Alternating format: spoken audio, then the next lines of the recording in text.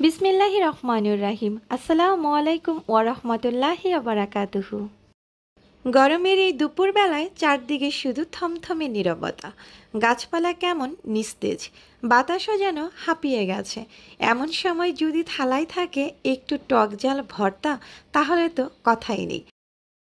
বসন্তের এই সময়টাতে প্রত্যেকটা কাঁঠাল গাছেই কিন্তু মুচি দিয়ে ভরা থাকে, আর সেই ছোট্টবেলার স্বাদ যেন আবার নতুন করে প্রত্যেকের কাছে ফিরে আসে। এমন কেউ নেই যে তেঁতুল, বড়ই আর মুচি ভর্তা না খেয়েছেন। আজকে আমি আপনাদের সবার সাথে শেয়ার করছি এই দারুণ মজার ভর্তাটা। আজকে আমরা মায়ের বাসায় চলে এসেছি, আর মায়ের বাসায় এসে দেখি যে গাছ ভরা মুচি।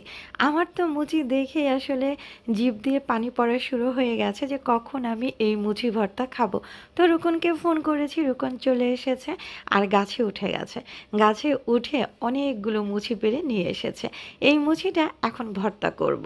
আর ভর্তা করার জন্য সাথে আমি তেঁতুল নিয়েছি, কারণ এখন কিন্তু বাজারে টক বড়ইটা কম পাওয়া যাচ্ছে।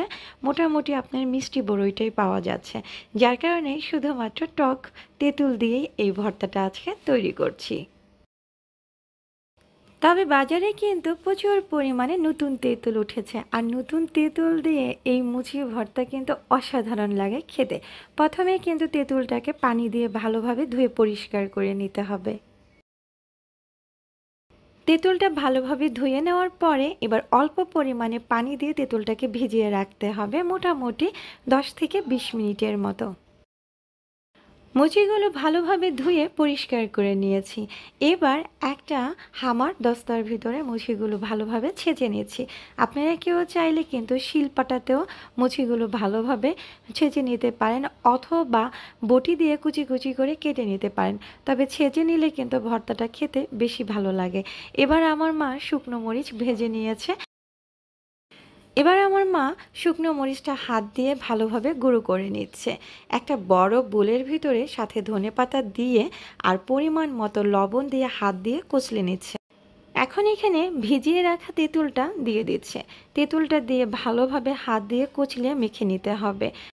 আর অবশ্যই কিন্তু লক্ষ্য করবেন ভর্তাতে ঝাল আর লবণটা ঠিক আছে কিনা। যদি ঝাল আর লবণটা ঠিক না থাকে তাহলে কিন্তু ভর্তা খেতে একটুও ভালো লাগবে না। তৈরি হয়ে গেল তেঁতুল আর মুচি ভর্তা। এই ভর্তা ছোটবেলায় আমি বহু খেয়েছি আমার মায়ের হাতের। আজকের মতো এখানেই বিদায় নিচ্ছি। আল্লাহ হাফেজ।